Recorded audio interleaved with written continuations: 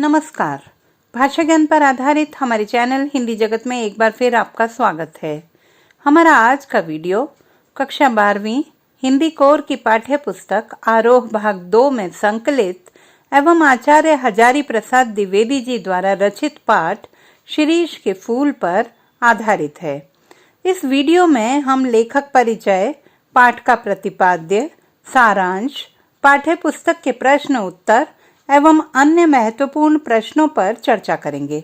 तो आइए प्रारंभ करते हैं लेखक परिचय से। हजारी प्रसाद द्विवेदी जी का जन्म सन 1907 में उत्तर प्रदेश बलिया जिले के एक गांव आरत दुबे का छपरा में हुआ था। काशी के संस्कृत महाविद्यालय से शास्त्री परीक्षा उत्तीर्ण करने के पश्चात सन 1930 में काशी हिंदू विश्वविद्यालय से ज्योतिषाचार्य की उपाधि प्राप्त कर शांति निकेतन चले गए। कार्यक्षेत्र सन 1950 तक हिंदी भवन के निदेशक रहे। इसके पश्चात काशी हिंदू विश्वविद्यालय में हिंदी विभाग के अध्यक्ष बने। सन 1960 में पंजाब विश्वविद्यालय चंडीगढ़ में विभागाध्यक्ष के पद पर कार्यरत रहे।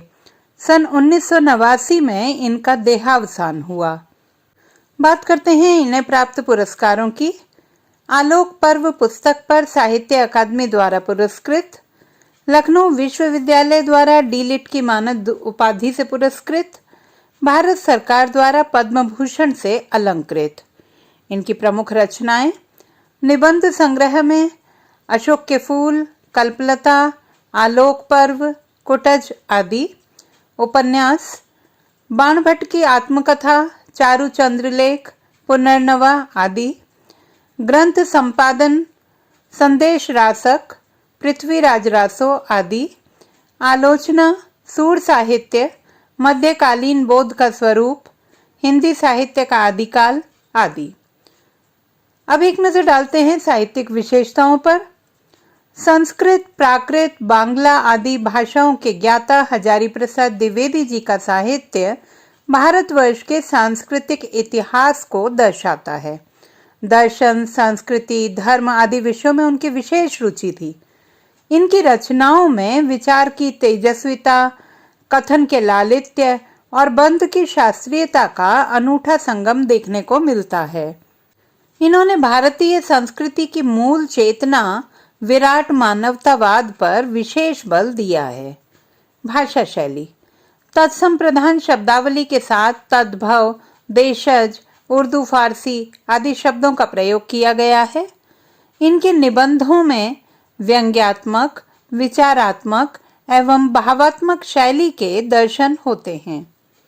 अब बात करते हैं पाठ के प्रतिपाद्य की। शिरीष के फूल एक ललित निबंध है जिसे कल्पलता से उद्धृत किया गया है। इसमें निबंधकार ने शिरीष के फूल के सौंदर्य, महत्व और स्वरूप का वर्णन करते हुए मनुष्य की अजेय जिजीविषा और तुमुल कोलाहल के बीच धैर्यपूर्वक लोक के साथ चिंतारत एवं कर्तव्यशील बने रहने के महान मानवीय मूल्य को स्थापित किया है। लेखक अशोक के फूल की भांति शिरीष को नजरअंदाज किए जाने की साहित्यिक घटना से हतप्रभ हैं। लेखक के अनुसार अनासक्त शून्यता और प्रेमी की सरस पूर्णता एक साथ उपलब्ध होना सत्कवि होने की एकमात्र शर्त है। कवि शिरीष पुष्प के माध्यम से मध्यकाल के सांस्कृतिक इतिहास में डूबते हुए तत्कालीन जीवन और सामंती वैभव विलास के खोखलेपन को उजागर करता है। पाठ का सार। पुष्पों से लदे शिरीष के पेड़ों के समूहों के बीच कवि बैठकर लेख लिख रहा है। जेठ की गर्मी से धरती जल रही है। ऐसी गर्मी में कम ही फूल खिलते हैं। अमलतास केवल 15 दिन के लिए खिलता है, परंतु शिरीष के फूल लंबे समय तक अपनी सरसता बिखेरते रहते हैं। ये बसंत में खिलते हैं और भादो माह तक फूलते रहते हैं। गर्मी और लू में फूलने वाला शिरीष अवधूत की भांति जीवन की अजेयता का मंत्र पढ़ाता है। शिरीष के वृक्ष बड़े और छायादार होते हैं। पुराने कवि बकुल के पेड़ में झूला डालने के लिए कहते हैं, परंतु लेखक शिरीष को भी उपयुक्त मानते हैं।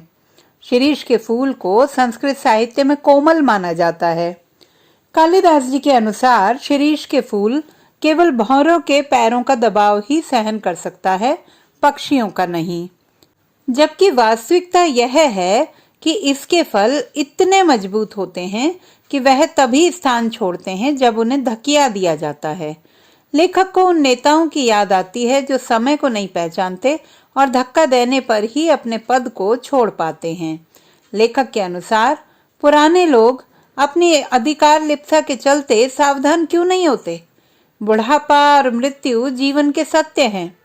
लेखक को शिरीष अवधूत की भांति प्रतीत होता है, जो सुख दुख में हार नहीं मानता। जब धरती और आसमान जलते रहते हैं तो भी न जाने कहां से यह अपने लिए जीवन रस खींचता रहता है। इसके माध्यम से लेखक हमें फक्कड़ बनने का संदेश देता है। शिरीष पक्के अवधूत की तरह लेखक के मन में भाव तरंगे उठा देता है। इसे वर्तमान परिस्थितियों से जोड़ते हुए लेखक कहते हैं कि आज देश में मारकाट, आगजनी, लूटपाट आदि का बवंडर है। ऐसे में क्या स्थिर रहा जा सकता है? गांधी जी भी रह सके थे। ऐसा तभी संभव हुआ जब वे वायुमंडल से रस खींचकर कोमल और कठोर बने। लेखक विचलित होते हैं कि हाय, वह अवधूत आज कहाँ है।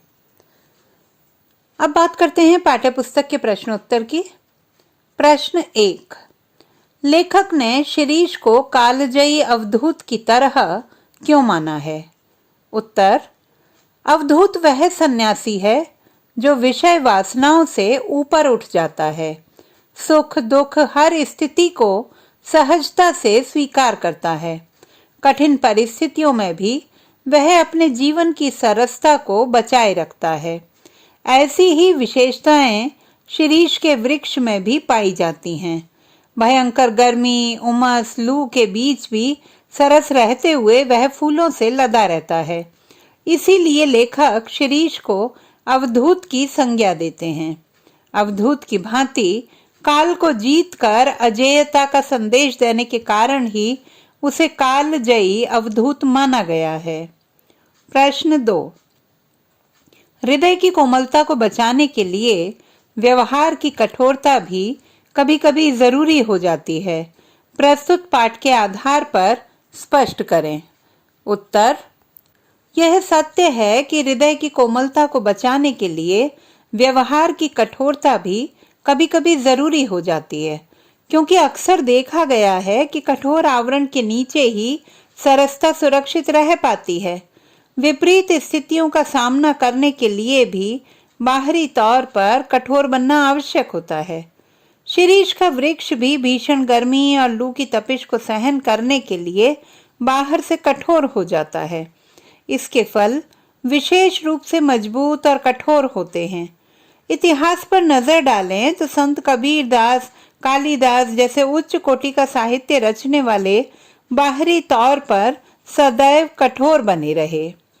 प्रश्न 3, द्विवेदी जी ने शिरीष के माध्यम से कोलाहल व संघर्ष से भरी जीवन स्थितियों में अविचल रहकर जिजीविषु बने रहने की सीख दी है। स्पष्ट करें। उत्तर, शिरीष वृक्ष के माध्यम से हजारी प्रसाद द्विवेदी जी सीख देते हैं कि जीवन में आने वाले संघर्षों और कोलाहल के बीच भी मनुष्य को अपनी सरसता और उत्साह बचाकर रखना चाहिए। जिस तरह शिरीष का वृक्ष भयंकर गर्मी सहते हुए भी सरस बना रहता है, उमस और लू की अवस्था को झेलते हुए भी फूलों से लदा रहता है, ठीक उसी प्रकार हमें भी अपने जीवन में आने वाली कठिनाइयों एवं विपरीत परिस्थितियों से संघर्ष करते हुए स्थिर, शांत और आशावादी बने रहना चाहिए। प्रश्न 4, हाय वह अवधूत कहाँ है, ऐसा कहकर लेखक ने आत्मबल पर देहबल के वर्चस्व की वर्तमान सभ्यता के संकट की ओर संकेत किया है। कैसे? उत्तर, अवधूत सांसारिक मोह माया से परे आत्मबल के प्रतीक होते हैं। पाठ में अनेक कष्टों के बीच अपने आत्मबल के कारण फलते फूलते शिरीष को भी अवधूत की संज्ञा दी गई है। परंतु दुर्भाग्य की बात है कि आज मनुष्य आत्मबलहीन होते जा रहे हैं। वह मानव मूल्यों को त्याग कर देह बल, धन बल और माया बल जुटाने में लगे हुए हैं। आर्थिक दृष्टि से अति संपन्न व्यक्तियों से लेकर शिक्षाविदों तक, यहाँ तक कि बड़े बड़े साधु सन्यासी भी इस देहबल की यात्रा में शामिल हो गए हैं। विविध आसुरी प्रवृत्तियों को अपनाते हुए आज ताकत का प्रदर्शन ही प्रमुख हो गया है। इन परिस्थितियों में लेखक गांधी का स्मरण करते हुए कहते हैं कि आज मानवता को जीवित रखने के लिए गांधी जैसे अवधूतों की ही आवश्यकता है। प्रश्न 5। कवि साहित्यकार के लिए अनासक्त योगी की स्थिर प्रज्ञता और विदग्ध प्रेमी का हृदय एक साथ आवश्यक है, ऐसा विचार प्रस्तुत कर लेखक ने साहित्य कर्म के लिए बहुत ऊंचा मानदंड निर्धारित किया है। विस्तार पूर्वक समझाएं। उत्तर। लेखक ने कवि या साहित्यकार के लिए अनासक्त योगी की स्थिर प्रज्ञता और विदग्ध प्रेमी की सहृदयता जैसे परस्पर विपरीत गुणों की अपेक्षा रखकर निश्चित ही बहुत ऊंचे आदर्शों की अपेक्षा की है। जो कवि अनासक्त योगी और स्थिर प्रज्ञ होता है वह प्रायः कठोर, शुष्क, नीरस और नीतिज्ञ बन जाता है। दूसरी ओर विदग्ध प्रेमी का हृदय रखने वाला कवि किसी भी प्रकार के नियम और मानदंड को नहीं मानता। वह केवल आनंद की अनुभूति के लिए ही सौंदर्य की उपासना करता है। लेखक कबीर, तुलसी, सूरदास, वाल्मीकि और कालिदास जैसे कवियों को महान कवियों की श्रेणी में रखते हैं, क्योंकि ये जहाँ मधुरता के रस में डूबे नजर आते हैं, वहीं मर्यादाओं का दामन कभी नहीं छोड़ते। निश्चित रूप से ये उच्च आदर्शों के धनी हैं। प्रश्न 6। सर्वग्रासी काल की मार से बचते हुए वही दीर्घजीवी हो सकता है जिसने अपने व्यवहार में जड़ता छोड़कर नित बदल रही परिस्थितियों में निरंतर अपनी गतिशीलता बनाए रखी है। पाठ के आधार पर स्पष्ट करें। उत्तर। लेखक के अनुसार समय निरंतर गतिशील एवं परिवर्तनशील है। बदलते युग में जन्म लेती नई व्यवस्थाओं के कारण पुराना अप्रासंगिक हो जाता है और धीरे धीरे मुख्य परिदृश्य से हट जाता है। मनुष्य को चाहिए कि वह बदलती परिस्थितियों के अनुसार स्वयं को बदले। जो स्वयं को बदल नहीं पाते वे दुख और निराशा को झेलते हुए नष्ट हो जाते हैं। इसके विपरीत स्वयं को परिस्थितियों के अनुरूप बदल लेने वाले उन विपरीत परिस्थितियों को भी अपने अनुकूल बनाते हुए प्रसन्न होकर फलते फूलते हैं एवं निरंतर प्रगति करते हुए दीर्घजीवी होते हैं। प्रश्न 7। आशय स्पष्ट कीजिए। क। दुरंत प्राणधारा और सर्वव्यापक कालाग्नि का संघर्ष निरंतर चल रहा है। मूर्ख समझते हैं कि जहां बने हैं वहीं देर तक बने रहें तो काल देवता की आंख बचा पाएंगे। भोले हैं वे।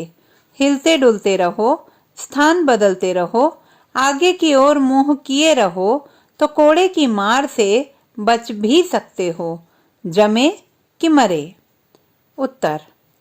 लेखक के अनुसार संसार में जीवनी शक्ति और सब कुछ नष्ट करने वाली काल रूपी अग्नि में निरंतर एक संघर्ष चल रहा है। चारों ओर व्याप्त मृत्यु प्राण शक्ति को नष्ट करने पर तुली हुई है। वहीं जीवन शक्ति स्वयं को गतिशील रखते हुए मृत्यु पर विजय पाकर जीवंत बनी हुई है। मूर्ख व्यक्ति मृत्यु से बचने के लिए किसी एक जगह पर आंख बचाकर दुबक जाते हैं। उन्हें लगता है ऐसा करके वह काल की दृष्टि से बच जाएंगे। लेखक जड़ता को मृत्यु के समान तथा गतिशीलता को ही जीवन मानते हैं। उनके अनुसार जो व्यक्ति हिलते डुलते रहते हैं, स्थान बदलते रहते हैं और प्रगति की ओर बढ़ते हैं, वही मृत्यु से बच सकते हैं। एक ही जगह बैठे रहने से मनुष्य का विनाश निश्चित है। ख। जो कभी अनासक्त नहीं रह सका, जो फक्कड़ नहीं बन सका, जो किए कराए का लेखा जोखा मिलाने में उलझ गया, वह भी क्या कवि है? मैं कहता हूं कवि बनना है मेरे दोस्तों तो फक्कड़ बनो। उत्तर। लेखक के अनुसार जो कवि अपने कवि कर्म में सांसारिक आकर्षणों से दूर हानि लाभ, राग द्वेष, सुख दुख, यश अपयश आदि की परवाह नहीं करता, वही सच्चा कवि है, अनासक्त है। इसके विपरीत कविता में आसक्त होकर कविता के प्रभाव, परिणाम, हानि लाभ आदि की चिंता करने वाला बेपरवाह और फक्कड़ कवि नहीं बन सकता। लेखक का मानना है कि जिसे कवि बनना है उसे फक्कड़ बनना ही चाहिए।